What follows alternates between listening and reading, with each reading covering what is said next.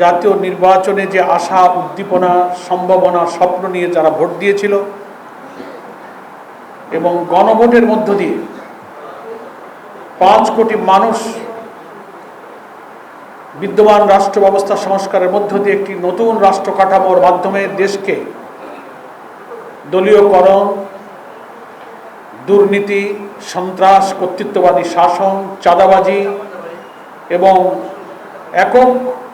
ব্যক্তির হাতের কর্তৃত্বের শাসন থেকে মুক্ত করে ক্ষমতার ভারসাম্য তৈরি করে দেশের উন্নয়ন এবং অগ্রগতির যে স্বপ্ন দেখেছিল সে স্বপ্ন আজও পূরণ হয়নি। সেই হতাশা দূর করে জুলাই জাতীয় সনদে যে জাতীয় ঐক্যের পরিবেশ তৈরি হয়েছিল তার ভিত্তিতে গণভোটের যে জাতীয় এবং গণরায় আমরা দেখতে পাচ্ছি বেদনার সাথে, সেই গণরায় কিন্তু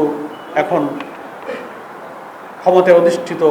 বর্তমান সরকার বাস্তবায়ন করছে না, বরং তার থেকে সোজা একেবারে ইউটার্ন করে